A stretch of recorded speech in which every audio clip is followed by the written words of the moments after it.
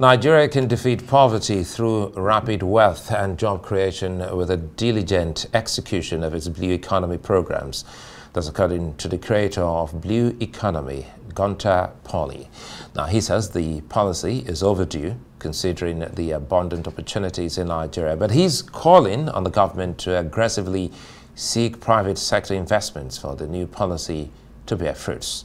He visited the Ministry of Marine and Blue Economy and told the minister that in 6 months he could facilitate the creation of 100,000 jobs by exploiting opportunities provided by the Blue Economy. To me, the opportunity to identify projects like that is the reason why I come here, is to ensure that we have, a whole series of initiatives that can bring, in your term of 4 years, $10 billion of investments. But investments that are not the traditional investment that you've been doing before. To give you a second example, Honourable Minister. I know our Chinese friends. I do a lot of work in China. In China, one can have factories like this established in 2-3 years' time. China has decided to put up 86 factories for this type of paper making. And that's the experience I want to bring to you. I want to say, look, this is happening in China. The Europeans will not talk about it. The Americans will not talk about it. The Chinese have now put the first 5 factories, but they are going to do another 86 factories. That means, can Nigeria join the bandwagon now? Or will Nigeria learn about it in 20 years? That is my role. I need to take these guys, these young team, I need to take him to China, see the factories, see how it is being done, and bring it to Nigeria. And I want to assure you that we're up to the task. And I believe so much in the PPP arrangement. I believe government has to business in business. Government should just create an environment for business to thrive. So our concept in dealing with most of these things we're going to be doing will be purely on PPP, and I've seen quite a lot of opportunities there. Yes, in terms of development, we have issues with the ports and transportation, but we're improving. When the Apapa port and the Tinker, when they were created about 40 years ago, we did not envisage the kind of tonnage that we have now. All right, let's bring in the father of the Blue Economy concept, Professor Gunter, Pauli. Herzlich willkommen, Herr Pauli. You're very welcome to Newsnight. First off, I mean, the first time many Nigerians heard of the Blue Economy, they were scratching their heads like, what exactly is the Blue Economy? Help us understand what it is and how much of a game changer it can be for the Nigerian economy. So, in order to explain the blue economy, we have to say what is the green economy. Because the green economy is an economy where we try to be environmentally correct. We want to recycle, we want to eliminate the waste. But what we know after 30 years of experience of the green economy is that whatever is green, good for you, good for the environment, is expensive. Now, how can you make a transition in an economy when it's for the rich? You have to have something that allows you not to compete because you're the cheapest, but you compete because you generate more value. And that's exactly what I presented to the Honourable Minister. And first of all, I was, it is quite amazing that the President decided to create a Ministry of the Blue Economy, because it's a statement saying that there is another opportunity that we need to support. Right. And the Honourable Minister has a very clear mindset that he wants to take things in a different way, but you need to have a portfolio of opportunities. I mean, policymakers can take things as far as they can. But so we mentioned the case of paper. Nigeria imports all its paper. Nigeria imports cardboard. But the Chinese government discovered the new technology of making paper from the fine dust that is the waste from the mines. You have minerals and you have mining, you have dust, you have waste. There's nothing you can do about it. You don't find a gemstone as just gemstones. You don't find gold as gold. You have to mine and process. Now that fine dust we can turn into paper. So when the Chinese government realized that you can make paper without a drop of water, without cutting a tree, and it's recyclable forever, they said, let's build a factory. First factory built, 5 factories built, now 86 factories built. And this is what I want to really bring to Nigeria. If I look at your balance of payments, if I look at your trade balance, there is an urgent correction required. But if you do a correction, can you do it not by just doing financial engineering, but can you do it by generating value to what you have? Already. So what's the blue economy? The blue economy means that I look at what we have and we generate value. If you generate value, you can pay the jobs. If you are wanting to be the cheapest and compete with Bangladesh, I give you good luck to pay good wages. It's not going to work.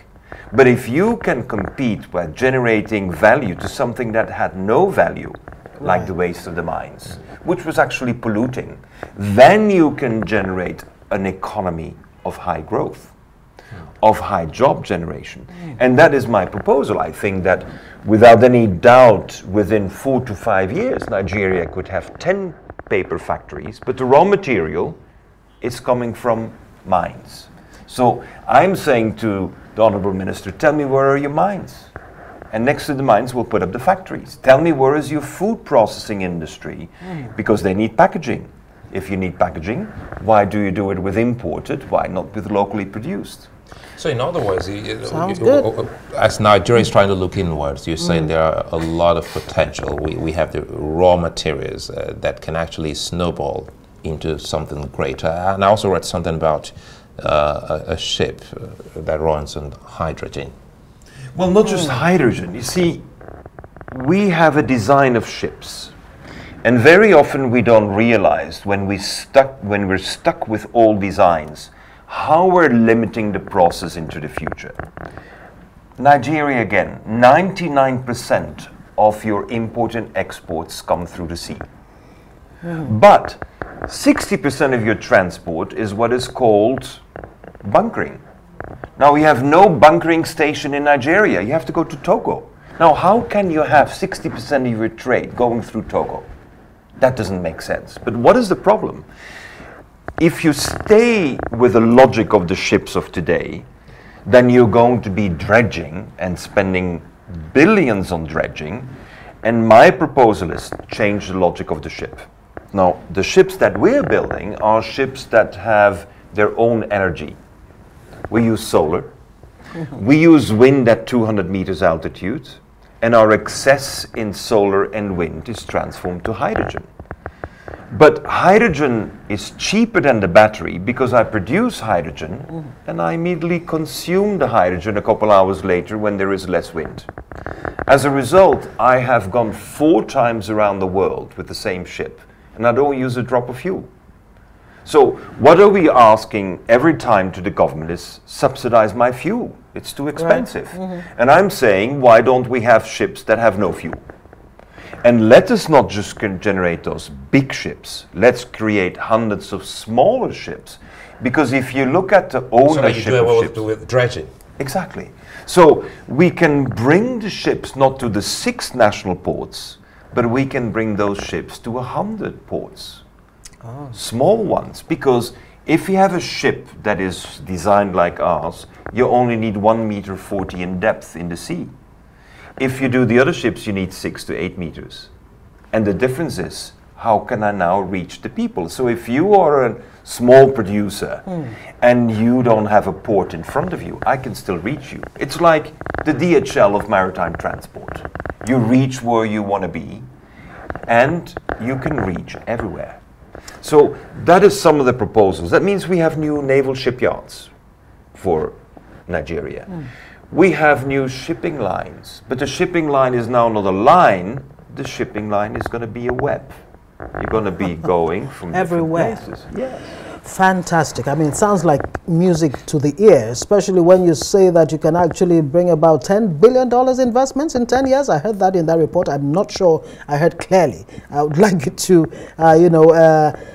clarify that. And you can facilitate 100,000 jobs. Now, you stress the importance of private sector investments.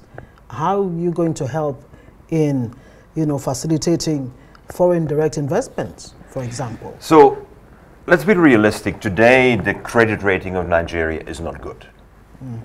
So talking about 10 billion seems like a pipe dream because there is no credit rating to support that today. Right. But that is why I'm proposing to the government that let's change the way you approach it.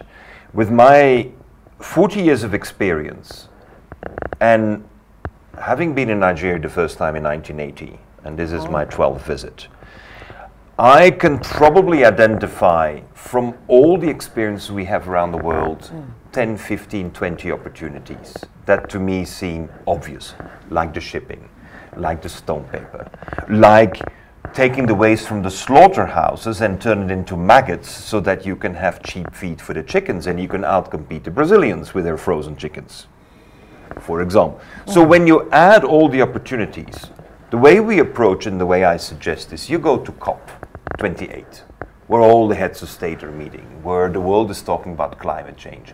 And there you put forward a portfolio of 10, 15 investment opportunities that are ideal in climate change, but which respond to an immediate need of developing your local economy. Chickens is a base staple food for the Nigerians. Now, why do you want to depend on Nigerians, on the Brazilians who feed their chickens with soy? And when you're doing your own chickens, then you import the soy from Brazil. Doesn't make sense. Get your own feed. And that is why the mix of a few large initiatives like shipping. Shipping will require $2-3 billion, but if the right policy framework is created by the government, investments will follow because everyone knows it's an immediate contribution to the efficiency of the economy. Absolutely, and I'm sure you made that case very clearly with the Minister for the Blue Economy when you met with him. Gunter Pauli, creator of the Blue Economy, thank you so much for joining us. Very exciting prospects. Thanks for having me.